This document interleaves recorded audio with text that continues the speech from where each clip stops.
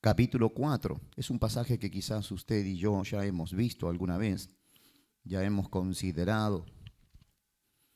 El apóstol Pablo en esta carta a los Corintios está ordenando la iglesia, está eh, trayendo un poco de orden a la iglesia de Acaya, que se encontraba en algunas eh, situaciones de dificultad en los primeros años de, de su fundación. Creo que es Acaya, a ver, déjenme ver, si no recuerdo, sí, en la zona de Acaya estaba Corinto, y era una zona portuaria, si no recuerdo mal, haber leído antes, hace tiempo, a ver, creo que tenían puertos, ellos tenían puertos con el mar Egeo, ¿sí? Y también con parte del mar Mediterráneo. Y estaba cerquita de Grecia, ¿sí? Corinto. Y Pablo va a tener que tomar cartas en el asunto por algunas situaciones en las que el mismo Pablo va a decir, por algunas cosas los alabo, pero por otras no, ¿no? Y dice la Biblia que había sido informado por los hermanos de Cloe que había algunas situaciones que no estaban bien, y entonces el apóstol Pablo, me imagino que entra en oración y ayuno y comienza a decir, bueno, eh, eh, hay que tomar algunas medidas. Hoy en la mañana, hoy en el devocional, eh, ayer tuvimos una reunión con los hermanos, con pastores y eso, y estuvimos hablando de que al final uno de los pastores decía, al final el fin del evangelio es amor, y es verdad, al final vemos todo en el evangelio, vemos todo el amor de Dios desprendido, desplegándose a favor primero de los perdidos, pero luego también a favor de la iglesia, porque al final los perdidos necesitan ser rescatados, pero la iglesia necesita ser ayudada constantemente. Y al final Dios usa, aunque va a ser uso de muchos elementos, el Señor va a usar dentro de todos esos elementos el perdón, la disciplina, la corrección, la exhortación. Todos esos elementos están impregnados del amor de Dios, porque Dios disciplina por amor, Dios ordena por amor, Dios corrige por amor, Dios exhorta por amor. Entonces hablábamos de eso. Y en la mañana hoy, en el devocional de la mañana, le preguntábamos a los hermanos, los que estuvieron en la mañana no respondan, pero ¿cuál fue la primera evidencia? ¿Cuál es la primera evidencia de amor en la Escritura?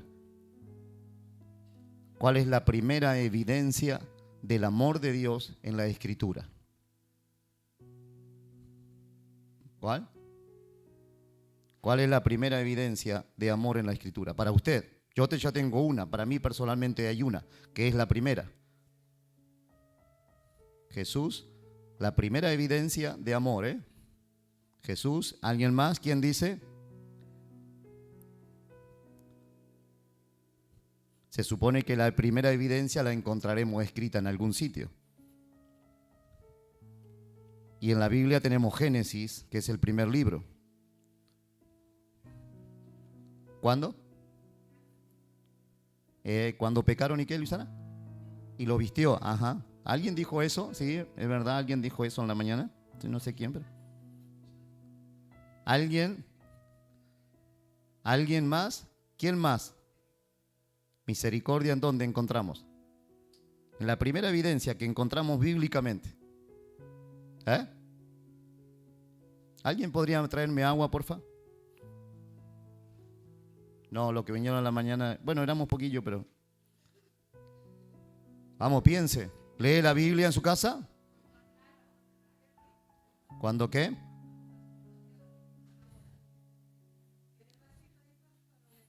Sí, tengo un vaso que no sé si está roto. No sé si está.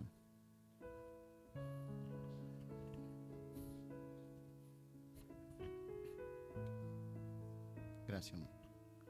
¿Cuál es la primera evidencia? ¿La tiene o no? En el diluvio, ajá. En el diluvio ahí Dios hace una obra, ¿no? De amor, es verdad, hay una. ¿Cuál? A ver, ¿quién más? Vamos, hermano, haga pensar. ¿Cuál, Cintia? Ajá. Pero estamos hablando de la primera evidencia, ¿eh? O sea, de la primera evidencia, cuando creó todo. Ajá.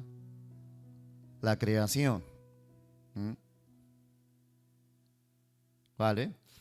Dice la palabra del Señor, para mí la primera evidencia, una de las primeras evidencias de amor en la Escritura, la encontramos en Génesis. No lo busquen porque estamos en 1 Corintios, ¿no? Pero una de las primeras evidencias cuando Dios le dice, mira, Adán, tienes todo esto para compartir, tienes todo esto, pero hay un límite, hay un punto aquí donde tú no puedes traspasar. Y ahí vemos la primer norma que Dios le va a dar al hombre. ¿Por qué?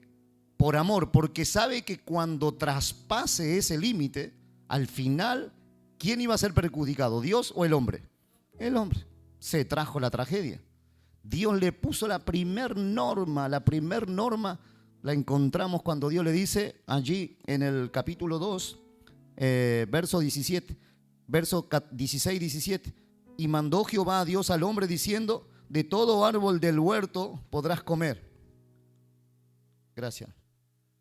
Mas del árbol de la ciencia del bien y del mal no comerás, porque el día que de él comieres, ciertamente morirás. Había allí algo que alguien ha dicho, hablábamos con los hermanos que decían, los jóvenes preguntan eso. Alguna vez también yo he preguntado, si Dios sabía que íbamos a pecar, ¿por qué puso el árbol allí?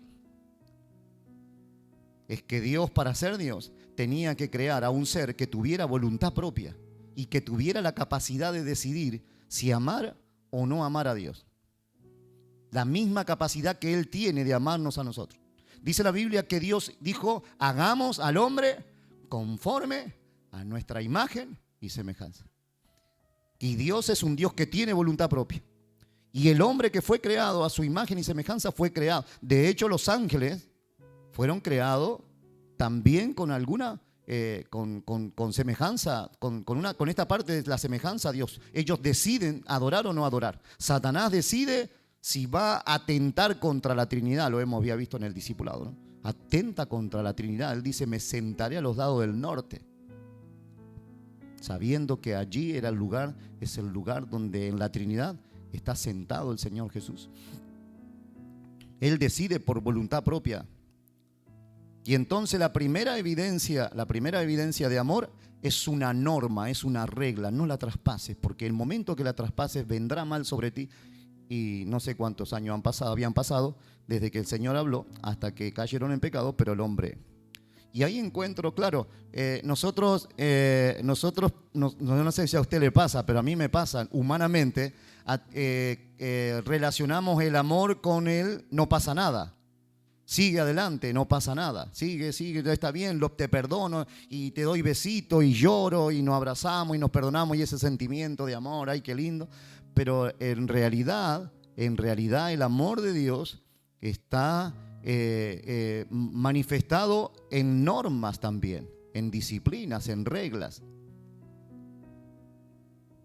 ¿Cuántos de nosotros hemos tenido un niño pequeñito y decir, no vas a meter nada en ese enchufe? O no vas a poner la mano sobre la llama o sobre el vitro porque te vas a quemar. ¿Por qué lo hace? Por amor. Pone normas por el amor. No cruces la calle cuando éramos pequeñitos, no te cruces la calle sin la mano del papá, o no te cruces estando el hombrecito en rojo. ¿Por qué lo hace? Por amor. Dios pone normas por amor. Y cuando encontramos en primera de Corintios capítulo 4, que era el pasaje que quería compartir, encontramos que Dios es un Dios que espera, dice la Biblia allí, primera de Corintios capítulo 4, lo teníamos recién, dice allí, téngannos los hombres, sí, ahí está, así pues, téngannos los hombres por servidores, servidores de Cristo, sí, y administradores de los misterios de Dios. Miren lo que dice el verso 2 ahora. Ahora bien, diga conmigo, ahora bien, se requiere de los administradores que cada uno sea hallado fiel. ¿Para quién será este versículo? ¿Será para mí? ¿Es para usted? ¿Sí?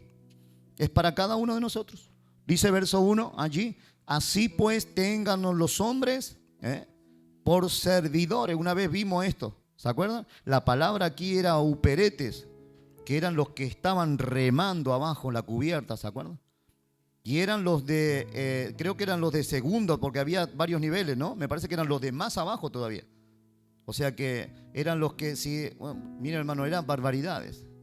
Barbaridades sufrían eso, porque eran encadenados de la pierna, los sentaban en el barco y ahí estaban días y días remando. Y se hacían pis, se hacían caca. ¿Y saben quién recibía todo eso? Los que estaban abajo.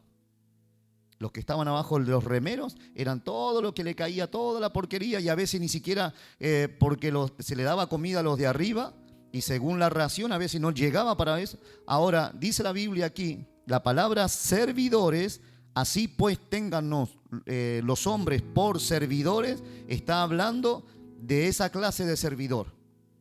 De esa clase de servidor. Y el que no pueda tener esta mentalidad de servidor, hermano, no es apto para servir. Nosotros estábamos hablando con mi esposa, decimos, bueno, va a haber que arreglar algunas cosas y hablar y enseguida el pensamiento es, si le decimos se va, porque conocemos el carácter. Pues hablaba con mi esposa y decía, voy a orar al Señor, y el que quiera hacer lo que tenga que hacer, que lo haga. Pero es necesario que cada uno de nosotros tenga la capacidad de tener esta mentalidad, servidor. ¿El servidor para qué está? Para servir. Para servir. No para que lo aplaudan, no para que le reconozcan, no para que lo admiren, no para que lo aluden, sino para servir. Y la Biblia dice que ahora bien, los servidores se requiere, dice el verso 2, que cada uno sea hallado fiel. Ahora, hermanos, no estamos hablando de humillar a nadie, sino que cada uno se arme de ese pensamiento. Si soy un servidor, soy alguien que Dios llamó, rescató de las tinieblas, lo redimió con su sangre, le dio la oportunidad de ser salvo, y ahora en el camino de la santificación Dios está tratando. Dios está tratando con mi mente, con mi carácter, Dios trata con mi cuerpo. ¿Amén? Y dice la Biblia, ahora bien, se requiere de los uperetes, de los remeros, de los que sirven, que cada uno sea hallado fiel. Y en este contexto, en esta casi como presión que Dios pone a nuestra vida, a nuestro ministerio, es en el que estaremos trabajando en este año. Diciendo, Señor, queremos mejorar, queremos dar lo mejor, queremos dar que nosotros como predicadores, como pastores, como hermanos, como esposos, como padres, como hijos, como servidores de la gracia, cada día demos lo mejor. Hablábamos con el hermano en la mañana, un hermano estaba en la mañana diciendo que su jefe le dio a entender que la persona que él es ahora en Cristo le es más beneficioso para su trabajo que lo que era antes, hace un año y pico atrás. Lo que le dijo fue, lo que tú eres ahora me beneficia a mí como trabajo, como empresario, más que lo que me beneficiaba antes cuando estabas perdido. ¿Por qué? Porque un cristiano, mi hermano, dice la palabra del Señor, te bendeciré y serás bendición. No es pérdida. Un cristiano no causa pérdida. Un cristiano no es tropiezo. Un cristiano no es maldición para nadie. Un cristiano, al contrario, bendice, edifica. Que donde usted trabaje, para los que tienen trabajo, se beneficien de vuestra buena conducta, de vuestro buen andar en el Señor, mi hermano. que la sociedad se beneficie. Yo venía, vamos a hablar con los chicos de los jóvenes para que veníamos viendo, hay cantidad de basura por aquí alrededor ahora. Tenemos un plan de salir como iglesia a hacer un bien a la sociedad. Hablarle de Cristo, hacerle un bien a la sociedad. Porque tenemos que dar testimonio, tenemos que dar ejemplo de que conocemos, no simplemente palabras, sino en hechos de que somos administradores, que somos uperetes, somos siervos de Dios. Amén. Así que, hermanos, en este año ajustémonos los cinturones para que cada uno pueda mejorar y que el año que viene usted pueda decir, los primeros días del 2023 me sentía medio incómodo, pero gracias a Dios porque la incomodidad me ha llevado a mejorar. Yo voy a compartir algo que no lo queríamos compartir porque creo que no, pero mi esposa lo compartió en la mañana. Entonces, nosotros fuimos al médico y tenemos que bajar de peso. Entonces, y cuando fuimos a hablar con la enfermera, me dijo, ¿cuál es la razón? ¿Por qué no hacen deporte? Entonces le dije yo, es que tenemos un coche. El problema es que tenemos un coche. Me acuerdo de esa mañana, ¿te acuerdas, mamá, no? Vale, pues. Ayer se terminó el seguro del coche. Hoy tuvimos que venir caminando. Ay, Señor, ¿por qué Dios no me provee? No, hermano, es que si tú no haces el bien, Dios porque te ama, te va a ayudar a hacer el bien. Ay, lo tomo yo como hoy, como que Dios me cerró las puertas, no me bendice. No, ahora se te terminó el coche, ahora mira, ni seguro tiene, así que nos venimos caminando. Vamos y venimos caminando. Ya me duele la cintura, me duele todo acá. Porque, hermanos, al que Dios ama, disciplina. Dios me está disciplinando, bueno, a mí y a la Clau. Porque Dios nos disciplina, hermano, no es que, ¿y por qué causa la disciplina? Por amor. Por amor. A ver, entonces, cada uno de nosotros está en el proceso de decir, bueno, sí o sí, cuando baje de peso seguro que ya volveré a andar en coche.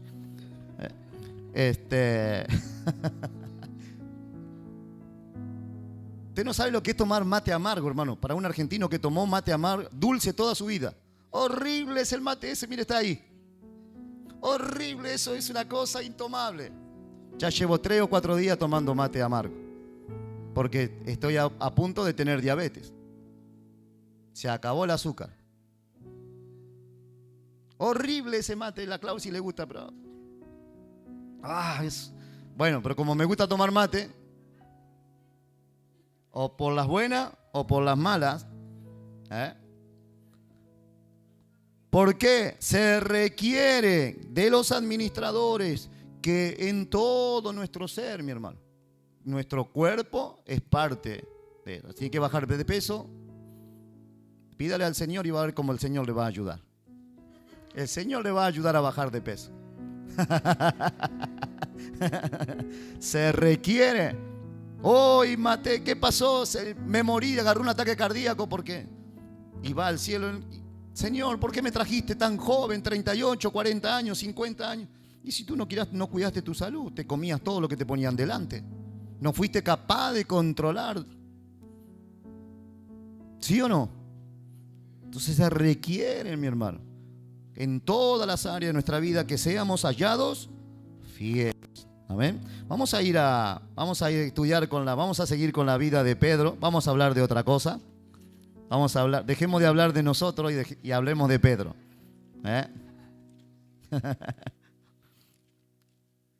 Es mejor hablar de otro. Ahora va a ver cómo le queda el poncho. Lucas 23, ¿se acuerdan? Veníamos hablando el tema es, ¿cómo es el tema? Afirmados, fortalecidos y establecidos. Ya llevamos varios viernes. ¿Se acuerdan? Pedro era un hombre que él decía, jamás comeré jamás comeré algo inmundo. Pedro era alguien que siempre tenía algo que decir, aun cuando no había nada para decir.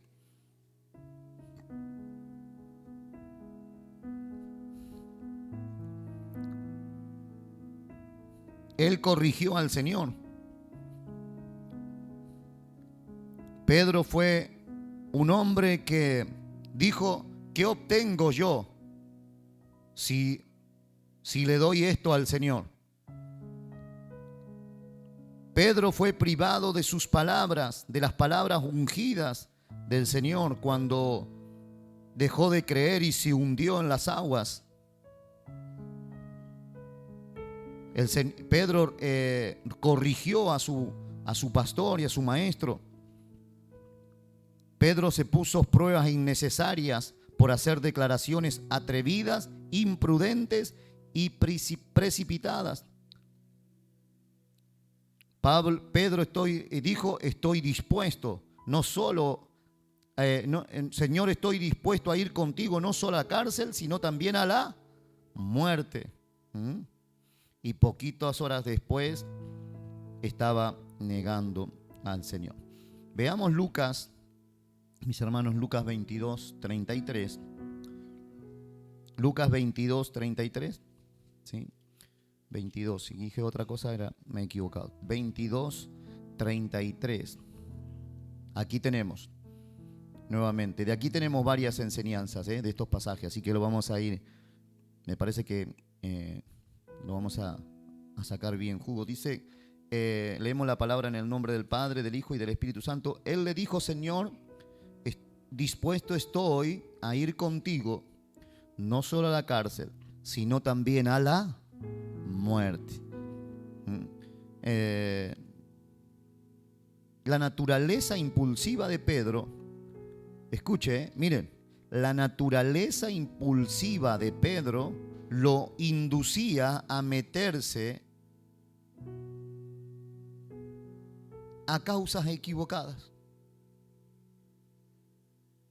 La naturaleza impulsiva de Pedro, el carácter impulsivo de Pedro, lo inducía a meterse a causas equivocadas.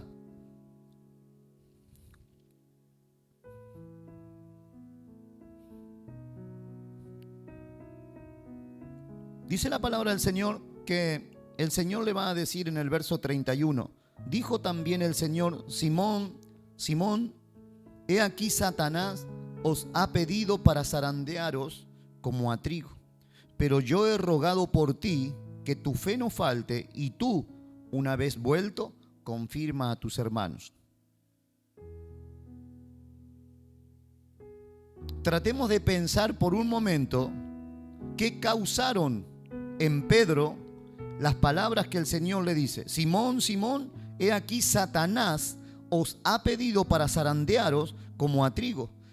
Y el Señor dice: pero yo he rogado por ti que tu fe no falte, y tú, una vez vuelto, confirma a tus hermanos. ¿Qué pudo haber motivado, qué puede haber pensado Pedro para decir: Señor, dispuesto estoy a ir contigo no solo a la cárcel, sino también a la muerte? Porque le había dicho el Señor que tenía que morir por él. Le pidió el Señor que hiciera algo. ¿Vemos alguna petición de parte del Señor en el verso 31 y el verso 32 para que Pedro diga: Señor, dispuesto estoy a ir contigo, no solo a la cárcel, sino también a la muerte? Dios no le había pedido nada, el Señor no le pidió nada. Sin embargo, vemos que todavía su naturaleza, la naturaleza carnal, humana de Pedro, la naturaleza independentista que él tenía. Recuerden que ellos querían independizarse de Roma, de los que los tenían esclavizados, ¿no? De sus esclavizadores. Y Pedro se mete en una causa que Dios que el Señor no lo llamó. De hecho, mi hermano, vemos que en otro momento, en San Juan 18:10, cuando vienen a apresar al Señor, dice la Biblia que Pedro sacó la espada y le cortó la oreja al criado del sumo sacerdote. San Juan 18:10 dice: entonces Simón Pedro, que tenía una espada, ¿qué hizo?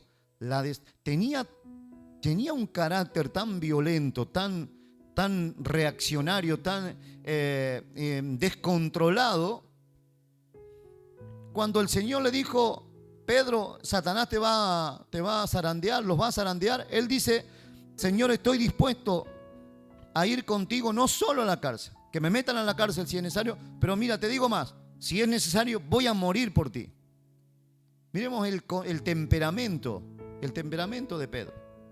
Pero hermanos, yo no sé usted, pero ¿no nos vemos reflejados en algunas áreas nosotros en nuestra vida?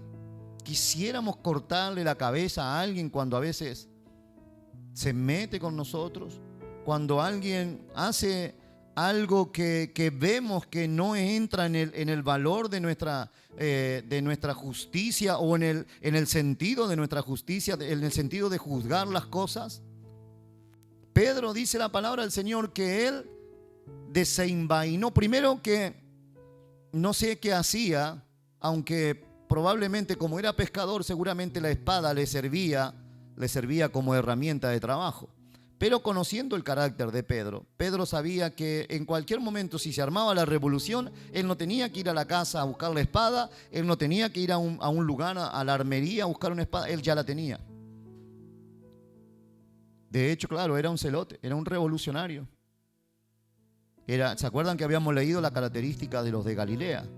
Eran gente que, echada para adelante, simplemente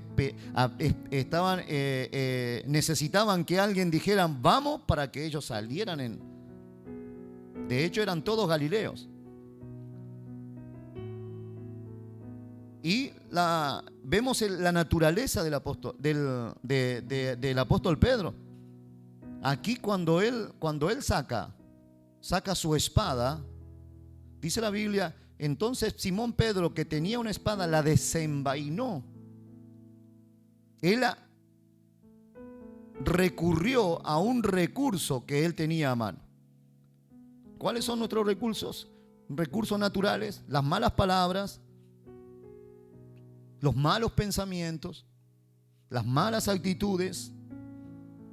¿Usted creyó que ya nos íbamos a meter con Pedro solamente? También nos metemos con nosotros mismos, porque eso es lo bueno de la palabra de Dios, que nos confronta.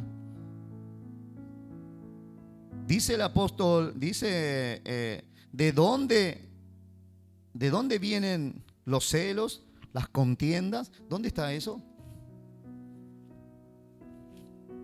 ¿Es esto del mismo Pedro, no? ¿O de Santiago? No, Santiago, ¿no? Creo que es Santiago, a ver. Creo que es Santiago, ¿no? Sí. Santiago 4. ¿De dónde vienen las guerras y los pleitos entre vosotros? Pregunta. 4:1. Santiago 4:1. ¿De dónde vienen las guerras y los pleitos entre vosotros? De adentro, las tenemos pegadas, las van con nosotros. Y cuando hay que sacarla, ¡pum! Métase conmigo y usted ya verá con quién se mete.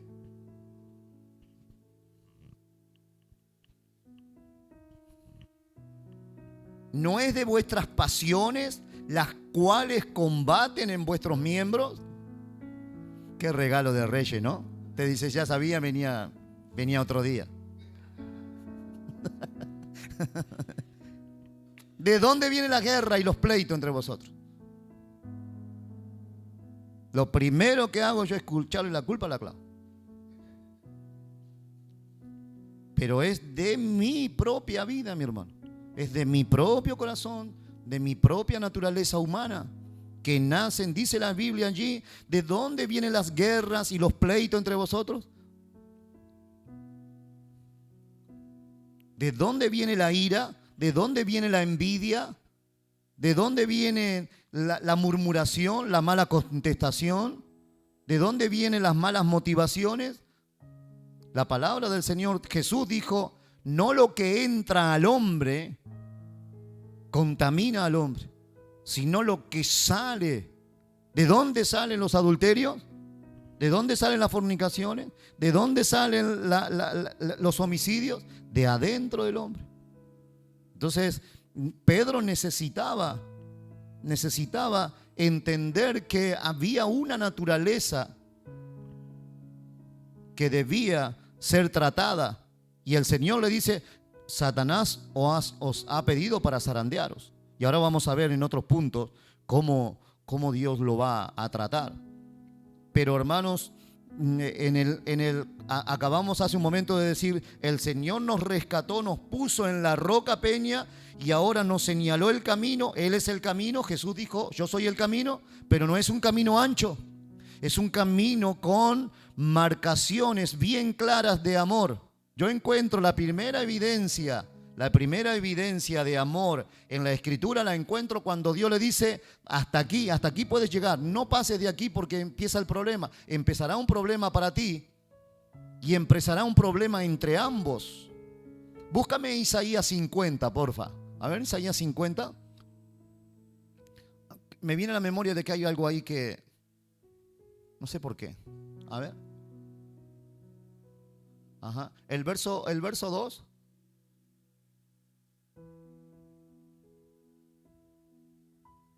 Vale, vamos al 1 y al 2. A ver, Carlito. Así dijo Jehová, que es la carta de repudio de vuestra madre con la cual yo la repudié. ¿O quiénes son mis acreedores a quienes yo os he vendido? Mira aquí. He aquí que por vuestras maldades sois ¿qué? Vendidos. ¿Y qué ahora dice el verso? Y por vuestras rebeliones fue repudiada vuestra madre. Dios sabía que cuando se pasara el punto ese allí, la limitación, la marca de amor, iba a acontecer esto. Dios tendría que repudiar al hombre por su propia naturaleza. Hablo con un joven en estos días, en esta semana, que dice que bueno, y ama a su iglesia, idealiza a su iglesia. Entonces le digo, lo puse a prueba, dije, te voy a poner a prueba a cuánto sabe.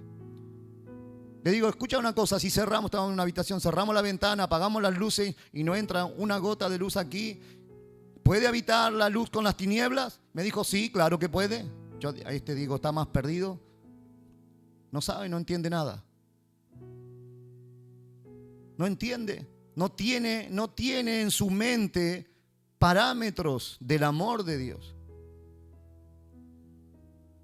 Porque la Biblia dice que las tinieblas no pueden habitar con la luz ni la luz con las tinieblas. Y Dios no puede habitar con lo impuro, con lo profano, con el pecado.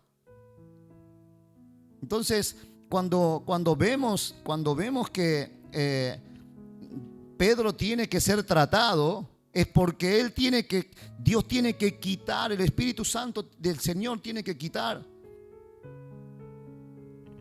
El Señor le va a decir allí, Simón, Simón, he aquí Satanás os ha pedido para zarandearos como a trigo. No dice los ha pedido para destruirlo. Satanás pide permiso a Dios, de alguna manera, para formar sin darse cuenta, pobre Satanás, pobre diablo, como podríamos decir, iba a formar un mejor carácter en la vida de Job. Él dice, de a oídas te había oído, mas ahora mis ojos te ven. El postrer estado de Job era mejor. El postrer estado, el último estado de Job era mejor que antes de que Satanás lo pusiera a zarandear. Y lo zarandeó, pobrecito, yo no quisiera estar en la piel de Job. Porque la zaranda que le pega, pero llegó a ser mejor, ¿sí o no? Él mismo a decir. Él mismo llegó a... Entonces, yo no sé si Pedro había leído esto o no. Yo no sé si Pedro, cuando el Señor le dice, Pedro, Satanás los va a zarandear y el resultado de esa zaranda es que serás mejor. Pedro, como yo, un bocaza, abre la boca y dice, ah, no, Señor, no importa, que venga Satanás, si tengo que ir a la cárcel, mira, y es más, hasta la muerte voy a ir contigo. Se metió en un lugar equivocado y me imagino que el Señor habrá pensado, ¿y quién le dijo a este que tiene que meterse a la cárcel y morir? No entiende nada, Pedro.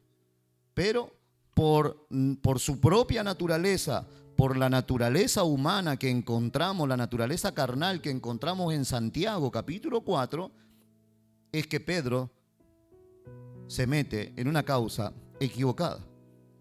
Dice que, miren las armas, miren la espada que él tenía envainada, la encontramos aquí, la encontramos en Santiago 4. Pedro estaba provisto de guerras, de pleitos, de pasiones que combatían en sus miembros, en su ego, en sus emociones, en sus pensamientos. Y él dice Santiago capítulo 4, verso 2, codiciáis y no tenéis, matáis y ardéis de envidia y no podéis alcanzar, combatís y lucháis, pero no tenéis lo que deseáis porque no pedís. Pedís y no recibís porque pedís mal para gastar en vuestros deleites. ¿Cuántos dicen amén? Ahora viene lo mejor. ¡Oh, almas adúlteras! ¡Ay! Si me escucha el hermano, si está escuchando el hermano ayer del Evangelio de amor, ¿cómo le puede decir eso a la iglesia, pastor? Usted no tiene amor, pastor, por la iglesia. Yo no escribí esto, hermano. Si usted quiere, no lo lea. Lea San Juan 3:16 si quiere. San Juan capítulo 3, primera de Juan capítulo 3, 4, el 4 esencialmente, que dice que Dios es amor. Pero, ¿qué hacemos con este versículo? ¿Qué hago yo con este versículo si el Señor me dice, tu alma es un alma adúltera? ¿Qué hay en el alma? Mente, emociones y voluntad. ¿Qué es adulterio? Mezclar. Mezclar y adulterar es mezclar, es profanar nuestra mente. La Biblia dice que nosotros tenemos la mente de Cristo. ¿Y qué hace un hombre y una mujer de Dios pensando cosas que no debe pensar? ¿Qué otra cosa hay en el alma? Las emociones. ¿Qué hace un hombre y una mujer de Dios sintiendo cosas que no debe sentir contra otra persona? ¿Qué otra cosa hay en el alma? Voluntad. ¿Qué hace un hombre y una mujer de Dios que dice que le pidió al Señor que entre en su vida, pero hace su voluntad? No hace la voluntad del que lo llamó a santidad. A mí nadie me va a decir lo que tengo que hacer. Yo ya sé cuándo tengo que viajar. Personas que sacan pasajes sin preguntarle a Dios. Personas que se meten en negocios sin preguntarle a Dios. Personas que se meten en relaciones sin preguntarle a Dios. ¿Qué ha pasado con el alma? Está adulterando. Y esto le puedo asegurar, se lo aseguro delante del Señor, es para cada uno de nosotros, de los que estamos en esta noche aquí. ¿Estamos transmitiendo? Sí. Y para todos los que están transmitiendo también. Es verdad, mi hermano. Con nuestra mente adulteramos, con nuestras emociones adulteramos y con nuestra voluntad adulteramos, la voluntad de Dios. ¿Cuántas cosas de aquí yo sacaría, mi hermano, de esta palabra? Porque sinceramente son difíciles de soportar. Pero ¿quién estará mal? ¿Yo o la palabra? Yo. Porque la voluntad de Dios es perfecta y agradable cuando he nacido de nuevo, cuando estoy viviendo o tratando de vivir en el Señor. Y dice allí, oh almas adúlteras, ¿No sabéis que la amistad del mundo es enemistad contra Dios? Cualquiera pues que quiera ser amigo del mundo se constituye en enemigo de Dios. Pedro era más amigo. Yo sinceramente veo a un Pedro aquí todavía que si está dispuesto a cortarle la cabeza a alguien, era más mundano que... Pero Dios lo había llamado. El Señor lo había llamado a sus filas y el Señor sabe cómo tratar a su pueblo. Pedro abundaba en celo y vigor desenfrenado, para los que apuntan. Pedro abundaba en celo y vigor desenfrenado. Muchas veces no era el Espíritu del Señor o la fe verdadera lo que motivaba a Pedro, sino su propio deseo de defender, según él, al Señor o hacer algo para Dios. Pedro abundaba en celo y en vigor desenfrenado. Muchas veces no era el Espíritu del Señor o la fe verdadera. Muchas veces no era el Espíritu del Señor o la fe verdadera lo que motivaba a Pedro, sino su propio deseo de defender o hacer algo para Dios.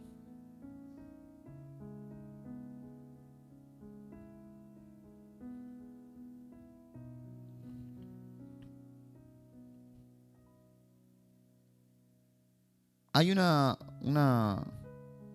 frase aquí que usted considere si la va a apuntar o no.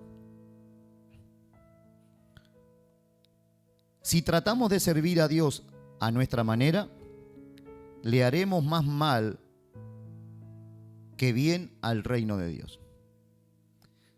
Usted considere si la acepta esta. De hecho, usted tiene que considerar todo lo que se dice aquí. Si tratamos de servir a Dios a nuestra manera, si tratamos de servir a Dios a nuestra manera, le haremos más mal que bien al reino de Dios.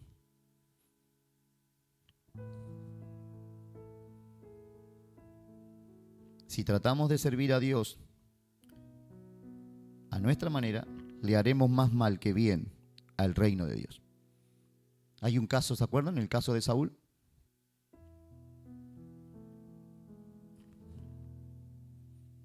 ¿Necesitaba Dios los animales? ¿Necesitaba Dios los animales para que se sacrificaran, para que Saúl fuera bendecido? No. Lo que Dios necesitaba era la obediencia. Obediencia absoluta. Obediencia a la mitad. Dudo que sea una obediencia aceptable a Dios.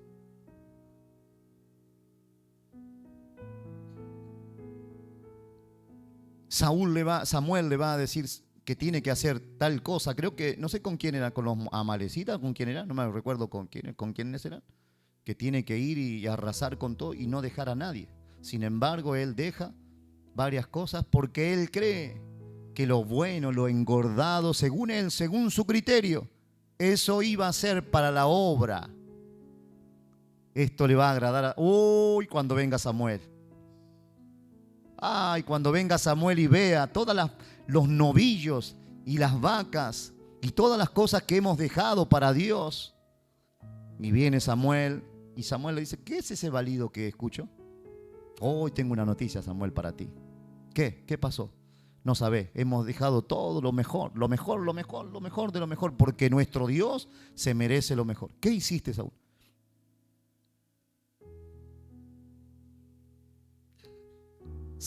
Saúl, por causa de usar su razonamiento humano, acababa ¿de qué? De destronarse él mismo. Él mismo estaba poniendo punto final a su ministerio, a su trayectoria.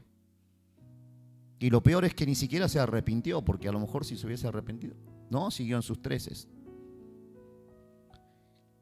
Y hermanos, si tratamos de servir a Dios a nuestra manera, le haremos más mal que bien al reino de Dios. Señor, estoy dispuesto a ir contigo, no solo a la cárcel, sino también a la muerte. Palabras humanas. Porque el Señor no le había pedido ni demandado ninguna de estas cosas.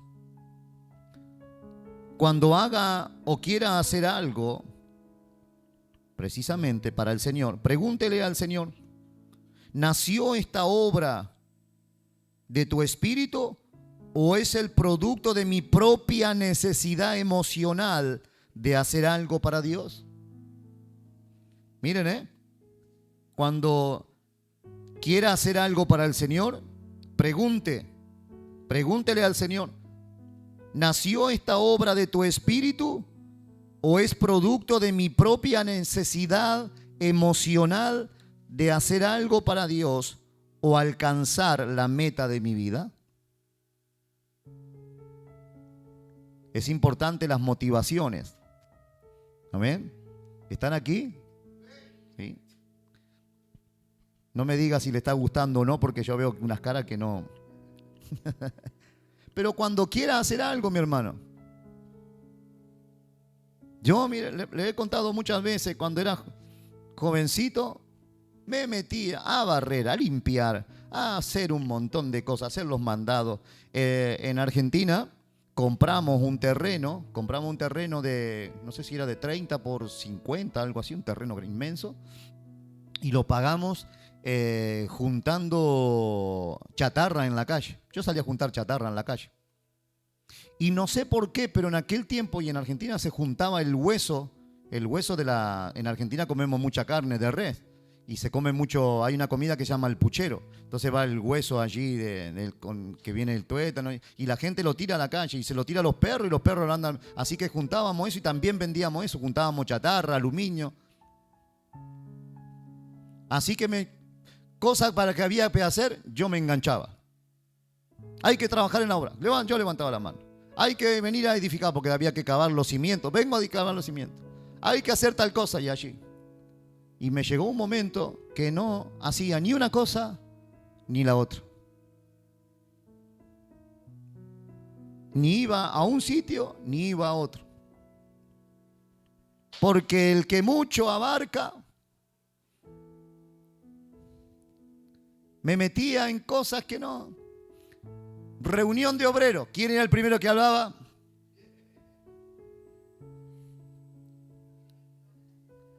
De la abundancia, en la abundancia de palabras que dice la Biblia. Así que yo mandaba ahí, mi lengua iba ahí. ¿A quién, sabe cuando terminaba la reunión de obreros, a quién miraban mal? Al yo.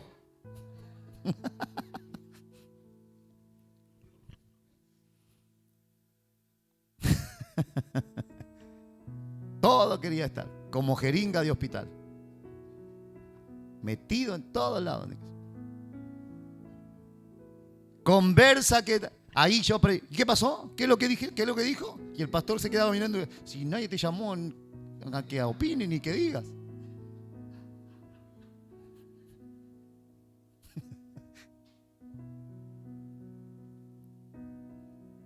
No se rían tanto que el Señor le está hablando a ustedes. Debo preguntarme, mi hermano, ¿el Señor me ha dado esto para hacer?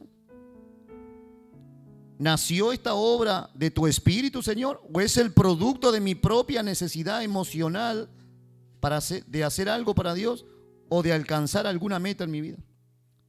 Debemos decirle, Señor, muéstrame cuáles son mis verdaderas motivaciones. ¿Podemos tener motivaciones equívocas? Sí. Salmo 19:12. Apréndaselo de memoria. Apréndaselo de memoria. ¿Quién podrá? No dice quién. ¿Y ahora quién podrá defenderme? Eso no, eso era de ¿cómo era? El Chapulín Colorado. Eso no, eso era de... ¿Quién podrá entender sus propios errores? Líbrame de los que me son ocultos. Y una de las cosas, de los errores ocultos son nuestras malas motivaciones, nuestras equivocadas motivaciones. Mi hermano, puedo tener una buena equivocación, una buena motivación, pero equivocada motivación? Sí. Mi motivación es buena, pero el Señor no me ha pedido que lo haga. Quizás tenga una buena motivación, pero quizás esté equivocada en el tiempo, en el espacio, en el momento en el que tenga que hacer eso o alguna otra cosa. ¿Quién podrá entender sus propios errores? La mayor parte de nosotros tiene que venir alguien a decirnos: estás equivocado. Y mayormente siempre tenemos que esperar que venga alguien de afuera, porque si me lo dice mi mujer, ¿para qué? Ya le sacaré yo también los trapitos al sol. ¿Es así o no? Pero viene otro y se lo dice, o me lo dice, eso sí, ya entonces estoy más mansito. ¿Por qué? Porque por mi mal carácter, por mi naturaleza equivocada. Y necesito decirle: Señor, necesito que me ayudes, necesito que, Señor, me enseñes y me muestres cuáles son. Líbrame de mis motivaciones equivocadas, mis errores, de mis falsas concepciones, de mis prejuicios. ¿Qué es un prejuicio? Es un juicio anticipado de alguien, de una persona o de una situación. Eso también es un error. También es un error.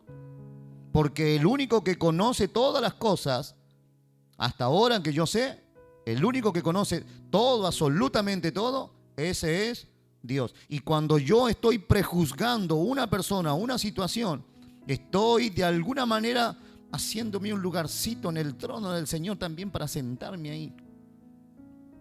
¿Amén? Nadie dice amén, pero yo digo amén. Lucas 22, 32.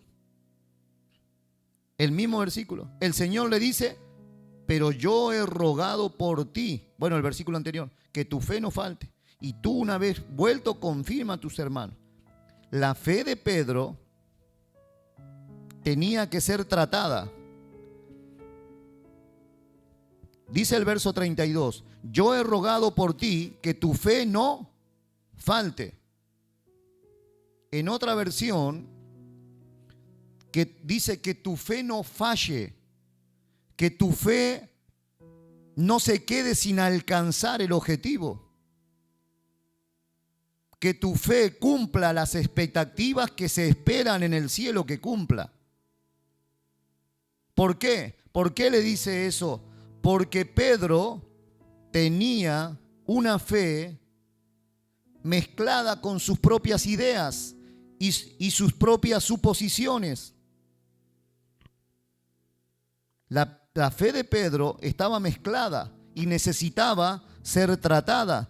Dice la palabra del Señor, Primera de Pedro, el mismo Pedro, él va a decir en Primera de Pedro 1:7, miren lo que dice allí.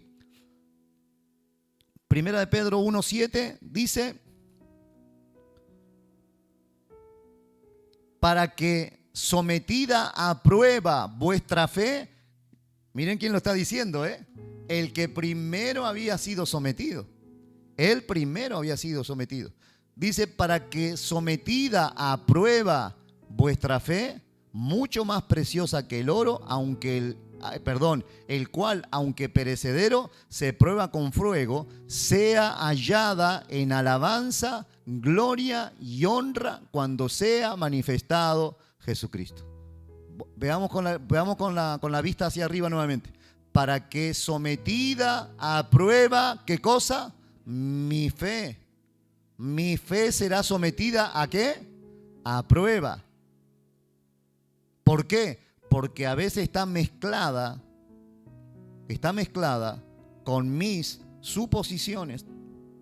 A veces está mezclada el condicionamiento que el pecado tiene en nuestra vida y también alrededor de nosotros. Este fin de semana creo que fue este fin de semana, no sé por qué estaba mirando, volvía de casa, había aparcado el coche lejos y volvía caminando, entonces digo, voy a entrar en el Facebook de la iglesia y no sé por qué apareció allí una iglesia creo que de Colombia, ¿no? Y allí había creo que 27.000 o 25 o 27.000 personas conectadas, decía ahí, y aparte toda la gente que estaban allí. Y allí estaban predicando sobre la hiperfe.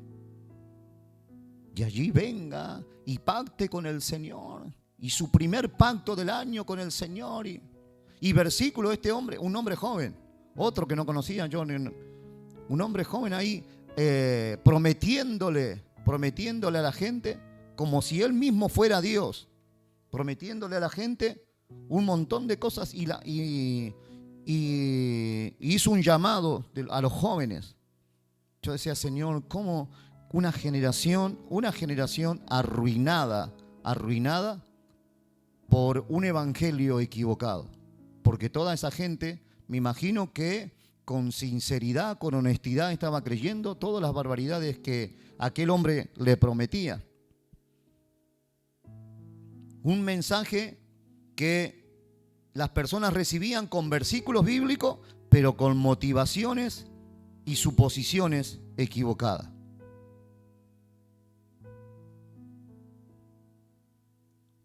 La naturaleza impulsiva, la fe de Pedro estaba mezclada con sus propias ideas y sus suposiciones. De la misma manera que el mensaje de la superfe está mezclado con propias ideas y suposiciones. Son sus propias ideas. Una iglesia que creció, no lo voy a decir porque si no nos cortan el vídeo en Facebook. Pero hay una iglesia, la iglesia canadiense, que se ha extendido por todo el mundo. El año pasado, a finales del año pasado, en octubre del año pasado, ellos mandaron, a nosotros nos llegó por un edicto de Ferede, por las noticias que siempre están saliendo de Ferede, que esa iglesia le abrió una puerta de bienvenida a toda la comunidad LGTBI. Porque ellos dicen que la iglesia está para aceptar a todos y que todos son bienvenidos sin importar su creencia, ni su ideología, ni su género, ni sus prácticas. Esas son cosas privadas de las personas. Aquí tienen una iglesia grandísima que han comprado aquí, están por ahí por Poblenou. Ahora ya la han terminado. Está toda de negro, pintada de negro. No sé, alguno se ha pasado y está ahí en blanco, Jesús te ama o algo así, no sé, en catalán. Entonces mezclamos lo que la palabra del Señor dice con suposiciones e ideas humanas. Y hermanos, la palabra del Señor no necesita mi consejo y mis suposiciones. Al contrario, la fe que el Señor me dio, cuando me la dio, yo quiero entender que el Señor me la dio pura, pero en el camino se fue contaminando con mis ideas, con mi ideología, con mis pensamientos, con mis experiencias buenas y malas en el andar diariamente. Y entonces lo que en principio era una fe pura se fue de alguna manera como contaminando. ¿Y ahora qué tiene que hacer el Señor? Ponerla a prueba. Pone a prueba nuestra fe. La fe de Pedro tenía que ser purificada de elementos naturales, de los elementos de humanismo, de los elementos de condicionamiento. Estaban sufriendo una opresión en el tiempo del Señor Jesús los judíos, claro. Es claro que estaban sufriendo una opresión. Y la fe que él tenía en el Señor Jesús, la fe genuina que él tenía en el Señor Jesús, no había logrado refinar el carácter de este hombre, sino que todavía tenía en esa fe genuina, en esa fe que él tenía genuino, todavía tenía sentimientos de resentimiento, de odio hacia las personas. Porque alguien que se está relacionando con el Señor durante un tiempo, cuando llega el momento de la prueba, lo primero que hace es sacar la espada. Y eso no es amor, mi hermano, eso es odio. Eso es ira. La fe de Pedro todavía necesitaba ser, como la nuestra, purificada. Él luchaba por servir al Señor a su manera y no a la manera de Dios. Pedro reafirmó su voluntad de morir con el Señor, pero no estaba en los planes de Dios que Pedro muriese en principio, porque todavía le iban a quedar como 40 años aproximadamente de vida todavía. Pero su fe estaba contaminada con sus ideales humanos, con sus ideales que condicionaban alrededor. Hemos visto ya cómo vivían aquellos hombres.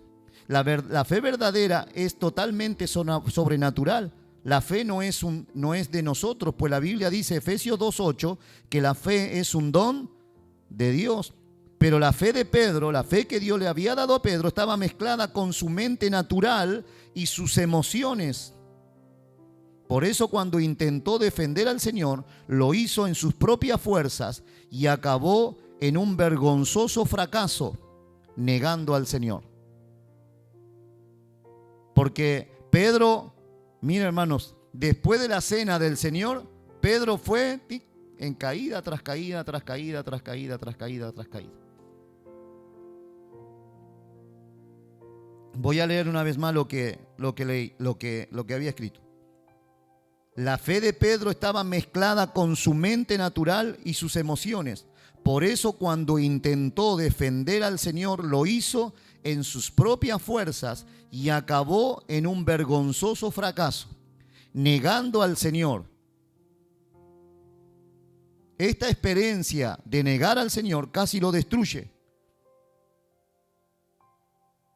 Y escuche, mi hermano, Cristo sabía que Pedro iba a sufrir una enorme humillación y por eso Él le dice, yo he rogado por ti para que tu fe no falte, para que tu fe no falle. Cuando el Señor le dice, yo he rogado por ti, el Señor ya está viendo a Pedro que está cayendo. Porque al final la carne lo que hace es tirarnos hacia el lugar donde el Señor una vez nos sacó. Eso es lo que hace la carne. Eso es lo que hace el yo. Eso es lo que hace el mundo. Eso es, en última instancia, que también lo que hacen los demonios. Porque no todo es demonio. Oh, y me tentó el diablo. No, yo quise pecar. Yo quise decir, quise mentir. No es todo Satanás, mis hermanos. Muchas veces nuestros pecados provienen de nuestra propia naturaleza, que todavía no ha sido muerta, todavía no ha sido reducida. ¿Amén? La fe de Pedro estaba mezclada entonces con su mente natural y con sus emociones. Y el Señor sabía lo que iba a pasar en la vida de Pedro. El Señor sabía que Pedro se iba a sentir muy mal, muy humillado. Sabía que iba a pasar un momento difícil, aunque él mismo sabía que para él, al mismo Señor lo esperaba un momento difícil. Mire, hermano, él no se considera a sí mismo. Lo hemos leído en estos días. Pablo, él dice, no considero preciosa mi vida, no estimo preciosa mi vida. El Señor sabe cuando le está diciendo, Lucas 22:32, yo he rogado por ti. El Señor sabe que Él va a la muerte, pero sin embargo no se preocupa por Él mismo, sino que se preocupa ¿por quién? Por Pedro. Sabe, yo sé lo que te espera, Pedro, y tengo pena por ti. Me da dolor. Por eso estoy rogando. Y esto, hermanos, aquí tenemos que ponernos a nosotros. Aquí tengo que ponerme yo en lugar de Pedro. ¿Cuántas veces naturalmente obro? ¿Cuántas veces emocionalmente me dejo llevar? ¿Cuántas veces naturalmente decido en mi propia carne sin consultar a Dios? ¿Cuántas veces me meto en causas en las que el Señor no me llamó? Y el Señor, me imagino, viéndome y diciendo, vas camino a la carne, vas camino a estrellarte contra el suelo. ¿Y qué hace el Señor? Ruega por nosotros. Dice primera de Juan, capítulo 2, hijitos, estas cosas os escribo para que no pequéis. Y si pecamos, abogados tenemos para con el Padre. Él intercede por nosotros, dice Hebreos. El eterno intercesor. Ahora, eso no significa, mi hermano, que porque Cristo intercede, escuche con atención, para terminar. Escuche con atención, mi hermano. No significa que porque como yo tengo un intercesor en los cielos que intercede por mí, un abogado, me voy a librar del castigo, de las consecuencias del pecado. La Biblia dice que todo lo que el hombre siembra, eso va a cosechar. Quizás Dios me perdone, pero las consecuencias del pecado vendrán sobre mi vida. Amargura, tristeza, dolor, desazón, frustración, desorientación muchas veces. Porque sí, el Señor perdona y restaura nuestra vida, mi hermano. Y Él intercede, Él dice, yo he rogado por ti, yo estoy rogando por ti, estoy clamando en el cielo, estoy suplicando para que tu fe no falte, pero las consecuencias vendrán. Creo que dice de alguna manera que Pedro lloró amargamente, ¿no? ¿En algún versículo? ¿Ustedes se recuerdan? No. A ver.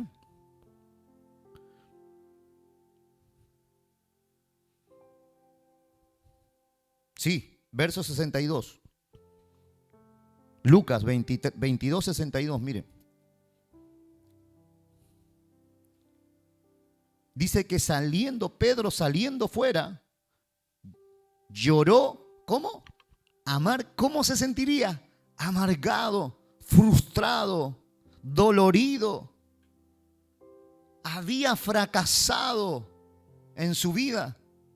Por primera vez alguien lo había aceptado. Por primera vez alguien lo había amado de verdad. Y en la primera de cambio, en la primera prueba, fallé. ¿Cómo pude fallarle a mi Señor? ¿Cómo pude fallarle a aquel que cuando me miraba a los ojos, yo podía ver que me amaba como nadie me había amado? ¿Cómo pude?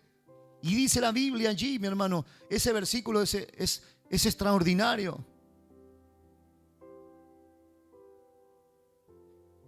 ¿No deberíamos pensar nosotros en esta noche? ¿No deberíamos llorar amargamente, decir, Señor, cuánto me has amado, cuánto tiempo he perdido, cuántas veces he traicionado, Señor, tu nombre, he manchado tu presencia en mi vida, he despreciado tu palabra, he despreciado tu corrección? Porque no he sabido, Señor, llevar mi naturaleza a los pies de la cruz. Mi mal genio me ha traicionado, mi mal carácter, mis motivaciones equivocadas. Meterme donde nadie me había llamado, donde tú no querías que yo estuviera. Sin embargo, todo eso me llevó a traicionar.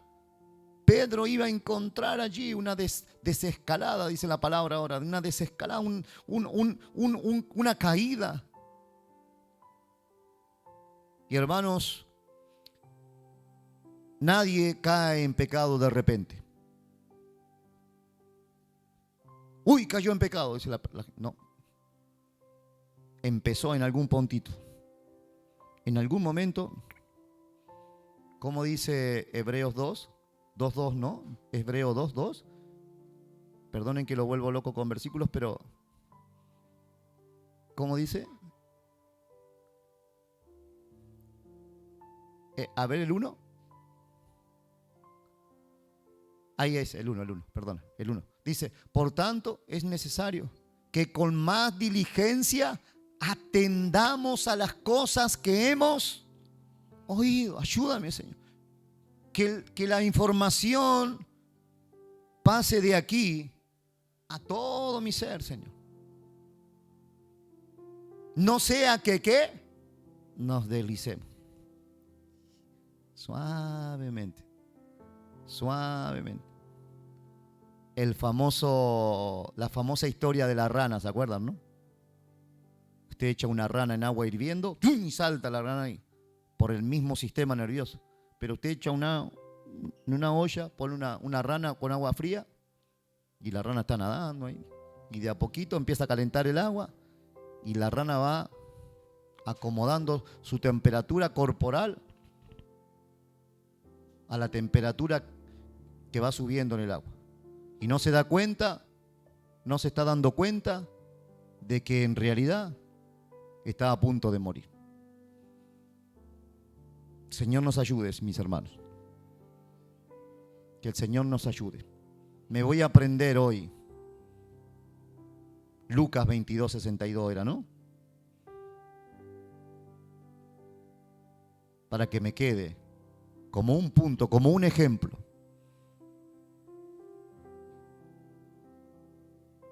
Yo no sé, pero yo me veo muy reflejado en la vida de Pedro. Señor, ayúdame. Ayúdame, Señor, a que mis motivaciones equivocadas, mi carnalidad, mi naturaleza impulsiva, Señor, el querer meterme o hacer cosas que tú no me mandaste a hacer, líbrame para que eso no sea motivo de deslizarme. Si me estoy deslizando, Señor, corrígeme. Disciplíname, Señor. Porque prefiero ser disciplinado a ser un perdido. Prefiero ser, Señor, con toda honestidad, Señor, con toda sinceridad, prefiero ser reprendido, tratado duramente por ti, a vivir en el pecado, en la tibieza, en la frialdad.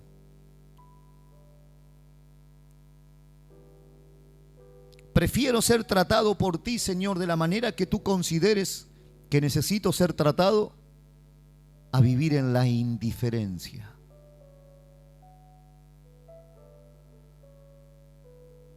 Sé que tú me amas. Sé que tú me amas. Y sé que, Señor, pondrás a prueba nuestra fe. Pondrás a prueba mi fe.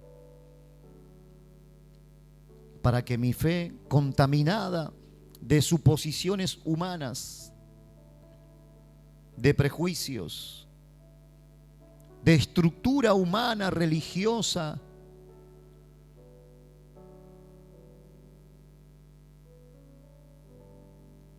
sea una fe purificada y sea hallado, Señor, como decía allí la palabra, tenga una fe que te dé gloria, que te dé honra a ti, Señor. Una fe, Señor, que sea hallada, como decía el apóstol Pedro,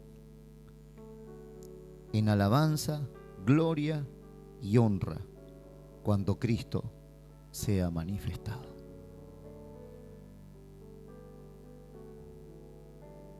No quiero quedarme fuera de las bodas del Cordero.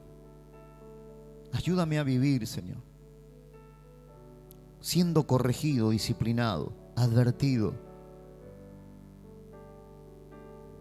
Prefiero la vara recta, Señor, que la flexibilidad de un camino que indudablemente me va a alejar de ti. Prefiero ser corregido, prefiero ser ayudado.